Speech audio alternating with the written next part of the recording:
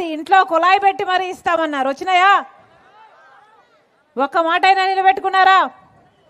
ఇదే జగన్మోహన్ రెడ్డి గారు ఈరోజు పొద్దున న్యూస్లో చూస్తే వాళ్ళు చెప్తున్న మాట, బొత్స సత్యనారాయణ అనే ఆయనను పక్కన నిలబెట్టుకొని నాకు తండ్రి లాంటి వాడు, ఓట్లేయండి అని అడుగుతున్నారు.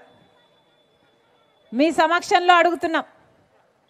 బొత్స సత్యనారాయణ గారు జగన్మోహన్ రెడ్డి గారికి తండ్రి సమానులట. తండ్రి సమానులట. ఏ బొత్స సత్యనారాయణ? ఇదే బొత్స గారు అసెంబ్లీలో నిలబడి నిండు వేదిక మీద ఆన్ రికార్డు రాజశేఖర రెడ్డి గారిని తిట్టిపోసిన బొత్స సత్యనారాయణ గారు ఈరోజు జగన్మోహన్ రెడ్డి గారికి తండ్రి లాంటి వాడట. ఇదే బొత్స గారు రాజశేఖర రెడ్డి గారిని తాగుబోతు అని తిట్టారు. ఇదే బొత్స గారు జగన్మోహన్ రెడ్డి గారికి ఉరిశిక్ష వేయాలి అన్నాడు. జగన్మోహన్ రెడ్డి గారు బినామీలు అన్నారు. ఎన్ని మాటలు అన్నాడు.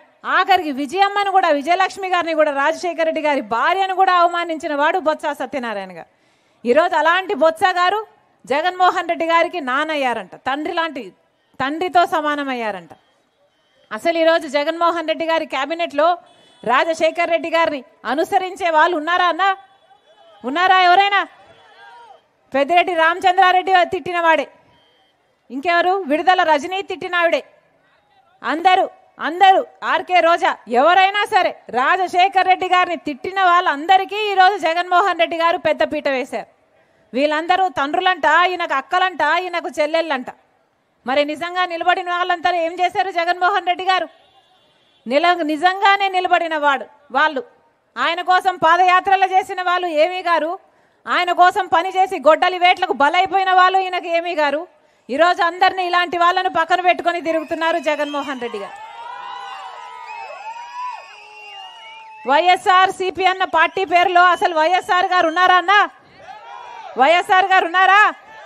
వైఎస్ఆర్ గారు ఎప్పుడో పోయారు.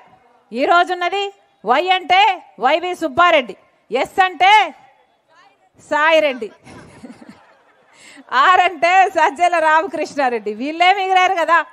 ఎక్కడున్నారు? వైఎస్ఆర్ గారు ఉన్నారా? వీళ్ళ రాజశేఖర రెడ్డి గారి ఆశయాలను నిలబెట్టేది. రాజశేఖర రెడ్డి గారు రైతుల్ని నెత్తిన పెట్టుకున్నాడు కదా.